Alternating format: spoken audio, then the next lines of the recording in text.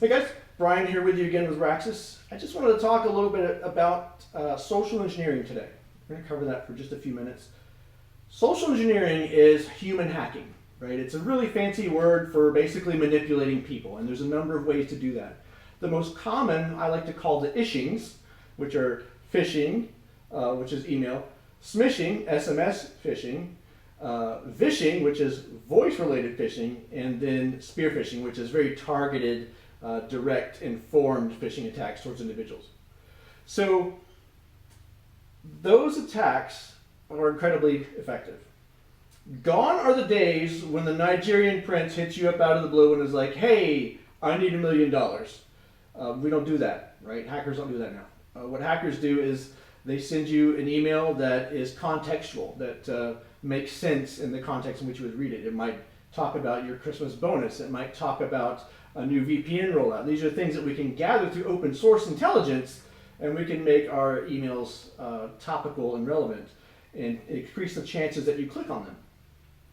And when folks click on them, then they go to a web page, and that web page might have a payload or it might have a form where people submit their credentials, and then we can run with that however we want to do with it, right? So once you have someone's credentials, you can do other things. You can get into VPN typically, you can get into email, all sorts of things, right? So that's what phishing is typically used for.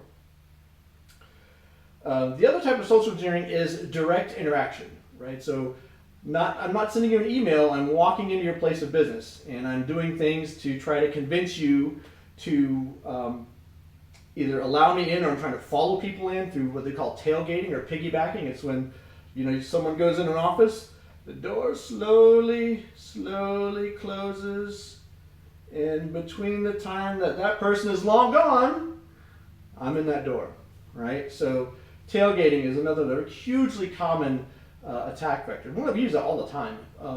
There's other things too. We can get into buildings with tools like coat hangers, canned air. We use these things all the time. So the thing with social engineering that is critical, there's no fix for it. I'll tell you that. You'll never be 100% fixed for social engineering.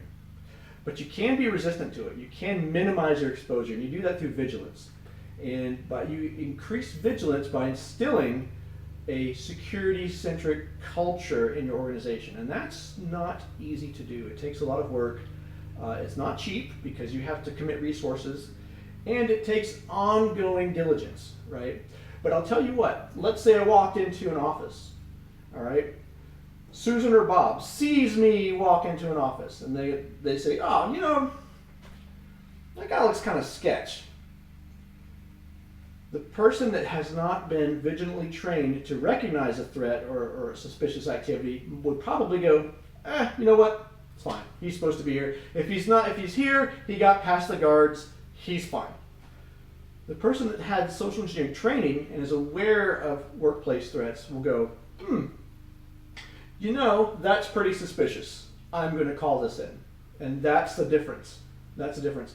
The vast majority of our social engineering engagements, where we go on-site, on premises, would have come to a crashing halt if just one person had stopped and challenged us, right? It would have been over at that point, and it never happened. It very rarely happens.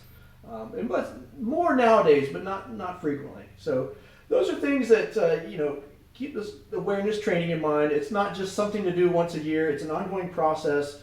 For it really to have benefit, it has to be a cultural element. So I just want to leave you guys with that today, and think of that next time you were sitting in a boring training, watching the suspicious UPS guy do whatever in the HR video. That stuff's for real. All right, so you guys be aware of that. Be safe and be secure. Thanks.